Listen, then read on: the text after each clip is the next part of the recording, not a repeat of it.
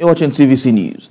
The United Nations Children's Fund and the National Emergency Management Agency has asked states of the Northeast region to put necessary measures in place towards averting risk of outbreak and natural disasters in the region. This came to the fore during a 3-day workshop organized to develop emergency preparedness in Borno State capital. Senior reporter Jesse Tafida reports.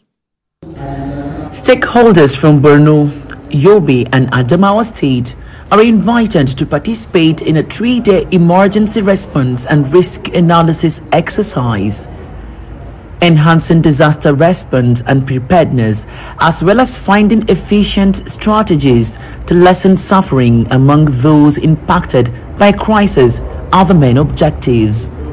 The United Nations Children's Fund and the National Emergency Management Agency want state government to prepare against various disasters in their state.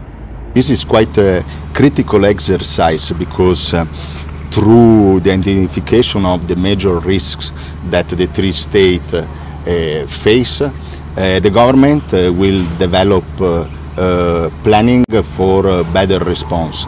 And the aim is to be better prepared. We expect 3 contingency plans, one for each state, so one for Borno, Adamawa and Yobe, that would prepare the government as well as partners to respond to crisis. Build on the existing contingency plans that are available, for example, the National Disaster Response Plan.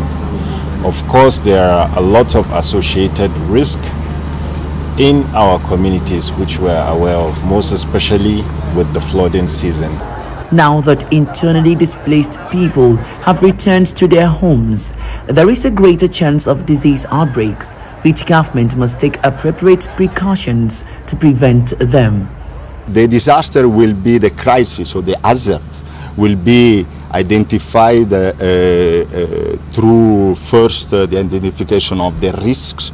So the exercise foresees as a first the identification of the major risk, whether are outbreaks or natural hazards. Stakeholders at the meeting expressed commitment to support the plan and ensure quick implementation in their respective state.